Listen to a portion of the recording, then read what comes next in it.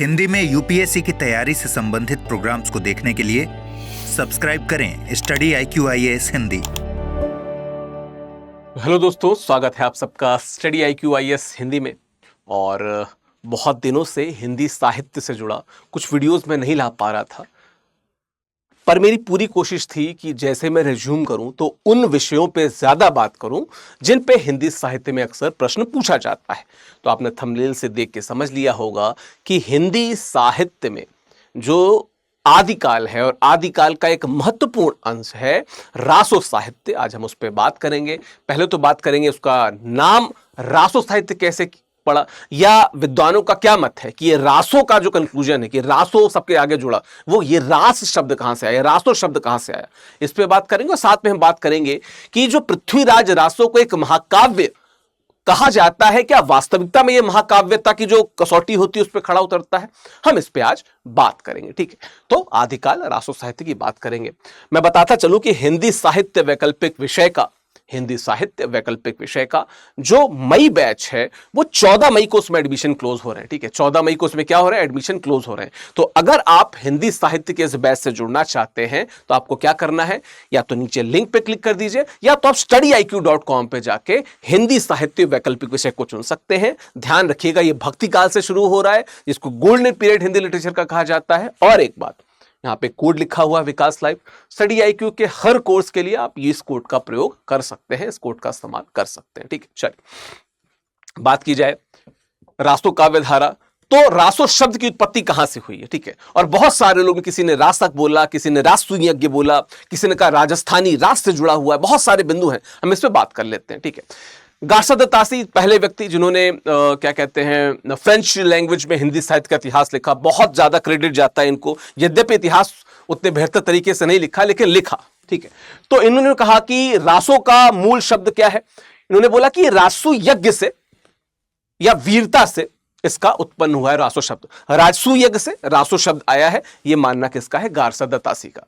अगर आप हिंदी इतिहास को पढ़े हो, आप भारत के इतिहास को पढ़ा हो आपने, तो जो प्राचीन भारत का इतिहास है उसमें आप निश्चित तौर पे देख सकते हैं जहां पे रासु यज्ञ आदि की बात की जाती है। तो ये उसको ही उन्होंने कोट किया कि शायद इससे रासो शब्द का उत्पन्न हुआ। खैर, आचार्य राम शुक्ल क्या कहते हैं। आचार्य रामचंद्र शुक्ल कहते हैं कि बीसल देव रासो नामक ग्रंथ को आधार मानते हुए उन्होंने कहा कि उसमें जो रसायन, क्योंकि 4 बार रसायन शब्द आया है, तो उन्होंने कहा कि रासो शब्द की उत्पत्ति रसायन से हुई है, यानी कि रसायन से रासो शब्द आया है। ये किसका मानना है, ये मानना है आचार्य रामचंद्र शुक्ल का। अब जब रामचंद्र शुक्ल जी ने किसी बात पे अपने ओपिनियन दे दिया तो निश्चित तौर पे अन्य ओपिनियन तो उस पे नहीं ही आते हैं। तो ये तो इनका ओपिनियन, ठीक। बात की जाए इसके बाद की, तो क्या है, आचार्य रामस्वरूप चतुर्वेदी ने रस शब्द से ही रासो शब्द की और रासक की उत्पत्ति बताई है। छंद के माध्यम से इस मान्यता को प्रमाणित करने का प्रयास भी किया है। रासव शंभु नवरस सरस छंदु चंदु की अमीय सम श्रृंगार वार करुणा विवय भय अद्भुत संत समा। तो उन्होंने कहा क्या कि जो रस शब्द से ही रासो शब्द बन के आया है। ये कौन कह रहे हैं, आचार्य रामस्वरूप चतुर्वेदी कह रहे हैं। तो एक और ओपिनियन मिल के आया। इसके बाद क्या है, काशी प्रसाद अग्रवाल ने कहा कि रासो शब्द की उत्पत्ति रहस्य से हुई है, ठीक है। इसके अलावा हर प्रसाद शास्त्री जी ने कहा कि रासो शब्द की उत्पत्ति कहां से हुई है, राजेश से हुई है, ठीक है। नरोत्तम स्वामी जी ने कहा कि रासो शब्द की उत्पत्ति रसिक शब्द से हुई है, ठीक, रसिक शब्द से हुई है। तो शुक्ल जी आ गए हैं। आचार्य हजारी प्रसाद द्विवेदी भी बचे हुए हैं, तो देखते हैं वो क्या कहते हैं, ठीक है। तो द्विवेदी जी का कहना है कि रासो शब्द की व्युत्पत्ति रासक शब्द से हुई है। प्रकृति के विकास के दौरान जब अंत्य व्यंजन हटने लगे तो रासक शब्द घिसकर रास हो गया। यही कारण है कि जैन साहित्य में जो रचनाएं हैं उनमें रास शब्द का प्रयोग हुआ है। रास का, जैसे ना चंदनमाला रास वगैरह, उसकी बात कर रहे हैं, ठीक है, का प्रयोग हुआ है। जैसे चंदनमाला रास, भारतेश्वर बाहुबली रास, उपदेश रसायन रास। ऐसा इसलिए क्योंकि ये प्रायः प्राकृताभास अपभ्रंश में ही लिखे गए हैं। प्राकृत से अपभ्रंश के विकास के दौरान यह शब्द राजस्थान पहुंचा तो वहां की लोक भाषा को ओकारांत प्रवृत्ति ने इसे रासो बना दिया, ठीक है। ये इनका मानना है, ठीक है, रासो बना दिया। लेकिन इस पूरी परंपरा में कुछ आरंभिक रचनाएं ऐसी भी थी जो न तो जैन कवियों की थी और न ही राजस्थानी क्षेत्र की थी। ऐसी रचनाओं में प्रायः रासक शब्द का प्रयोग हुआ है, जिनमें सबसे प्रमुख कवि जो अधमान है या अब्दुल रहमान है की रचना स्नेह रासक है, संदेह रासक है। तो जो द्विवेदी जी ने जिस बात को पुष्टता के साथ कहा वो पार्शियली खंडित होती दिखती है।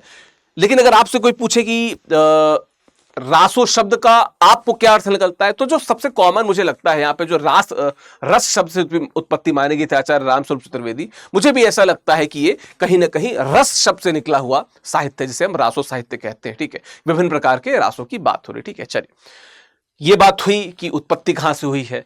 उत्पत्ति पे सबके अपने अपने विभिन्न मत हैं कि नहीं यहां से हुई है, रासक से हुई है, रासूयक से हुई है ना। बात करें पृथ्वीराज रासो की, जो मूल ग्रंथ है जिसको हमें पढ़ना है, बात की जाए पृथ्वीराज रासो की, तो पृथ्वीराज रासो को देखते हुए समझते हुए एक चीज क्लियर हो जाती है कि महाकाव्य एक कोई ऐसा ग्रंथ जिसे हम महाकाव्यता की कसौटी पे तब तोलते हैं तो अमूमन दो प्रकार की कसौटियां होती हैं, एक पारंपरिक, एक नवीन कसौटियां। पारंपरिक कसौटियों को कई से विद्वान जो हैं वो मानते हैं कि नहीं, ये कसौटियां उतनी बेहतर नहीं, इनसे बेहतर हो सकता था, या वो आधुनिक प्रतिमानों के हिसाब से बहुत पुरानी प्रतीत होती हैं, नए समाज के हिसाब से वो अपडेट नहीं हुई। लेकिन हम बात दोनों की करेंगे है। तो आचार्य शुक्ल ने इस बात को स्पष्ट तौर पर समर्थन करते हुए लिखा है कि चंद यानी कि चंद्रबरदाई हिंदी के प्रथम महाकवि माने जाते हैं और इनका पृथ्वीराज रासो हिंदी का प्रथम महाकाव्य है। ठीक है, लेकिन फिर जो कसौटी है ना उस पर उनका थोड़ा सा प्रश्न आ जाता है। महाकाव्य की कसौटी दो प्रकार की, मैंने बताया, पारंपरिक तथा आधुनिक।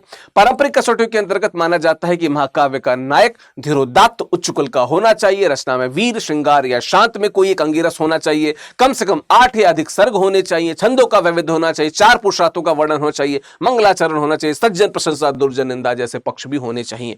अगर आप इसमें देखें तो पृथ्वीराज रासो में इसमें से बहुत सारे तत्व उपलब्ध हैं, जैसे कि बिल्कुल उच्च कुल के हैं जो पृथ्वीराज चौहान है, वो राजपूत कुल के हैं। ठीक है, वीर रस, अंगिरस है उसमें। ठीक है, कम से कम 8 या अधिक सर्ग हो, इसमें बेसिकली सर्ग नहीं है, समय है, और टोटल 69 समय है, तो ये भी होता है। छंदों का तो वैविध्य है और इनको छंदों का क्या कहते हैं, राजा कहा जाता है चंद्रवरदाई को। ठीक है, 4 पुरुषार्थों का निश्चित तौर पर वर्णन है, कमेंट बॉक्स में बताइएगा कि 4 पुरुषार्थ कौन से हैं। ठीक है, मंगलाचरण भी है, सज्जन प्रशंसा भी है, दुर्जन निंदा भी है। ठीक है, इस आधार पे जो पारंपरिक तरीका है तो इसको कहा जा सकता है। थोड़ा सा देख लेते हैं और इसमें। ठीक है, उपरोक्त कसौटियों पे अगर देखा जाए तो पृथ्वीराज रासो स्पष्टता महाकाव्य के गुणों से युक्त नजर आता है। इसका नायक पृथ्वीराज राजसी कुल और क्षत्रिय वंश का है, उसमें वीरता जैसे गुण इतने ज्यादा हैं कि उसे धीरोदात्त मानने में कोई समस्या प्रतीत नहीं होती।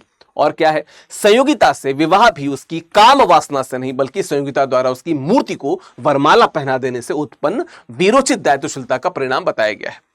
अब आपको पता हो तो जो पृथ्वीराज की माताजी थी और जयचंद की जो माताजी थी वो सेम थी, और जयचंद की पुत्री संयोगिता थी, तो बेसिकली इनकी भतीजी हुई। ठीक है, तो परिणाम बताया गया। इस प्रबंध काव्य का अंगिरस वीर है।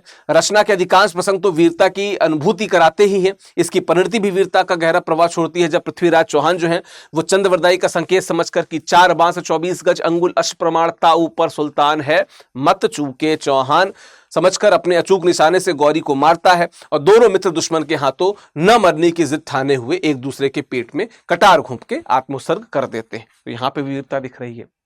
ठीक है, छंद वैविध्य की दृष्टि से तो इस काव्य की तुलना में हिंदी का कोई भी काव्य नहीं ठहरता। चंद्रवरदाई ने इसमें लगभग 68 प्रकार के छंदों का प्रयोग किया है। डॉक्टर नामवर सिंह को कहना पड़ा कि चंद को हिंदी में छंदों का राजा कहा जा सकता है। ठीक है, यह ग्रंथ सर्गों में नहीं समयों में विभाजित है, जो लगभग हर घटना के बाद बदल जाते हैं। इसमें कुल 69 समय है, जो निश्चित ही 8 से अधिक सर्गों लिख गया, सर्गों से नियम शर्त को पूरा करते हैं। मंगलाचरण, सज्जन प्रशंसा, दुर्जन निंदा आदि पक्ष महाकाव्य के निर्माण में गौण माने जाते हैं, पर उनका भी पूरा ख्याल रखा गया है। मतलब ये है इसमें तो रचना पढ़कर चारों पुरुषार्थ भी भिन्न अनुपात में पाठक को मन में प्रभावित करते हैं। तो इसका मतलब यहां तक अगर पारंपरिक हिसाब से देखा जाए तो ये तो महाकाव्य माना जाना चाहिए, बिल्कुल माना जाना चाहिए। ठीक है, चलो, पृथ्वीराज रासो का महाकाव्य तो क्या है, इसके अतिरिक्त अगर देखा जाए तो भाषागत वैविध्य, विभिन्न प्रकार के वर्णनों की बहुलता, जैसे युद्ध वर्णन, आखेट वर्णन, विवाह वर्णन, ऋतु वर्णन, नगर वर्णन, ये भी है। मतलब जो चीज शायद पारंपरिक तरीके से बताने में भूल गए थे लोग, वो भी जोड़ दी गई है इसमें, तो वो भी है इसमें। ठीक है, तो कुछ विचारक हालांकि ऐसा मानते हैं कि इसने इनकी महाकाव्यात्मक आभा में बढ़ोतरी की है, पर कुछ लोग कहते हैं कि नहीं, महाकाव्यात्मकता की अगर बात की जाए तो आधुनिक कसौटी ज्यादा बेहतर है। तो कुछ विचारक महाकाव्यत्व के निर्धारण के लिए परंपरागत कसौटियों को समय बाह्य यानी कि समय से बाहर घोषित करते हैं। नई कसौटियों का प्रयोग करने के लिए कहते हैं। उदाहरण के लिए डॉक्टर नगेंद्र ने कामायनी के महाकाव्यत्व पर विचार करते हुए पाया कि अब किसी रचना का महाकाव्य होना उदात्त कथानक, उदात्त चरित्र, उदात्त भाव, उदात्त कार्य तथा उदात्त शैली जैसे तत्वों की उपस्थिति के आधार पे तय होना चाहिए, न कि परंपरागत शैली के आधार पे। तो देखो यहाँ पे एक दूसरा वर्जन भी आ गया कि नहीं, परंपरागत नहीं, उदात्त चीज, ठीक है। चलो, इन लक्षणों पर कसे तो पृथ्वीराज रासो का महाकाव्यत्व कुछ कमजोर प्रतीत होता है। रचना का कथानक युद्धों और वीरता के वर्णनों से भरा पड़ा है, किंतु इन घटनाओं के लिए कोई बड़ा उद्देश्य नजर नहीं आता। नायक पृथ्वीराज शक्तिशाली, समर्थ और वीर तो है, ये चीज लिखा हुआ है, वीर तो है, किंतु उसमें चरित्र के स्तर पर संयम, धैर्य लक्षण कम दिखते हैं, हमने देखा, ठीक है। 14 विवाह करना आज के नजरिए से बिल्कुल अनुदात्त प्रतीत होता है। जहां तक उदात्त भाव का प्रश्न है, रचना में विद्यमान वीरता का भाव जरूर उदात्त माना जा सकता है। अंतिम प्रसंग में गौरी को मारकर चंद तथा पृथ्वीराज एक दूसरे को मार लेते हैं, वो भी उदात्त कार्य माना जा सकता है।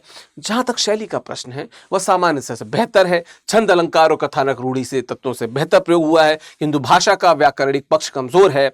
आचार्य शुक्ल ने क्या कहा, देखिए, उन्होंने कहा कि भाषा की कसौटी पे कसने पे और भी निराश होना पड़ता है, क्योंकि यह बिल्कुल बेठिकाने है, उसमें व्याकरण आदि की कोई व्यवस्था नहीं है। तो अगर आप नई शैली की बात करें, आधुनिक शैली की बात करें, तो शायद उस हिसाब से इसको महाकाव्य न कहा जा सके, लेकिन पारंपरिक शैली के हिसाब से ये महाकाव्य तो है ही है, ठीक है। तो कुछ विचारक महाकाव्य के उदाहरण के लिए, अच्छा ये तुमने पढ़ ही लिया इसमें, ठीक है। बात क्या है आगे कि फिर हम निष्कर्ष क्या कह सकते हैं कि स्पष्टतः पृथ्वीराज रासो पारंपरिक कसौटियों पे महाकाव्य सिद्ध होता है। आधुनिक कसौटियों पे भी कुछ सीमाओं के साथ इसे महाकाव्य माना जा सकता है। और देखिए, जिस समय की ये रचना है, जिस समय चंद्रबरदाई ने इसको रचा, उस समय के हिसाब से अगर हम देखें तो कहीं पे भी चंद्रबरदाई गलत नहीं थे भाई। उस समय व्याकरण को, उस समय भाषा को आज के हिसाब से अगर हम तुलना करें तो कोई तर्क पूर्ण बात नहीं है, तर्कयुक्त बात नहीं है, गलत है भाई। बहुत सारी चीजें बदली हैं, साहित्य भी बदला है, ठीक है, साहित्य भी बदला है। तो यस, परंपरागत आधार पे तो है ही, आधुनिक कसौटी पे देखा जाए तो थोड़ा सा डावाडोल स्थिति है, पर है, ठीक है। तो ये इसकी एक कंपैरिजन थी जिसको मैंने यहाँ पे किया। तो फिर से बताता चलता हूं कि हिंदी साहित्य वैकल्पिक विषय, ठीक है, हिंदी साहित्य वैकल्पिक विषय का जो मई बैच है, ये 14 मई को इसमें एडमिशन क्लोज हो रहा है, ठीक है। 14 मई को इसमें जो एडमिशन है, 14 तारीख को वो बंद हो रहा है। आप विकास लाइव कोड का प्रयोग करके मेरे हिंदी साहित्य वैकल्पिक विषय से जुड़ सकते हैं। भक्ति काल से ये बैच शुरू हो रहा है। मैं पूरी कोशिश करता हूं कि आपकी वर्तनी का, आपका आंसर का, आपके एथिक्स का, आपके एसे का, सब चीज का सॉल्यूशन मिल जाए वहां पे। इवन जो क्वालिफाइंग हिंदी पेपर होता है उसका भी सॉल्यूशन मिले हिंदी साहित्य वैकल्पिक विषय में। आपको क्या करना है, आपको स्टडी IQ विजिट करके इस वैकल्पिक विषय को चुनना है। नीचे वैसे लिंक भी दी होगी, उस पर भी क्लिक करके आप हमारे हिंदी साहित्य वैकल्पिक विषय से जुड़ सकते हैं। बाकी बात करूं अगर इसके अलावा, तो आप मेरे टेलीग्राम चैनल से भी जुड़ सकते हैं, ठीक है। टेलीग्राम चैनल ये है, आप स्कैन करके या सर्च बॉक्स में @ऑफिशियल विकास करके भी जुड़ सकते हैं। अगर आपको मुझसे कुछ बात करनी है पर्सनल, तो आप vikas.singh@studiiq.com पर मुझे मेल भी कर सकते हैं, मैं वहां पे भी उपलब्ध हूं। बाकी स्टडी IQ में किसी भी कोर्स से जुड़ना हो तो you have Vikas live code with you, आप इसका प्रयोग कीजिए फॉर मैक्सिमम डिस्काउंट। तो आशा करता हूं ये वीडियो आपको अच्छा लगा होगा। अगर अच्छा लगा है तो जरूर इसे लाइक कीजिए, शेयर कीजिए, हिंदी साहित्य से जुड़िए, अपने दोस्तों तक इसे पहुंचाइए। Thank you so very much, thank you. Hindi में UPSC की तैयारी से संबंधित प्रोग्राम्स को देखने के लिए सब्सक्राइब करें स्टडी IQ IAS हिंदी।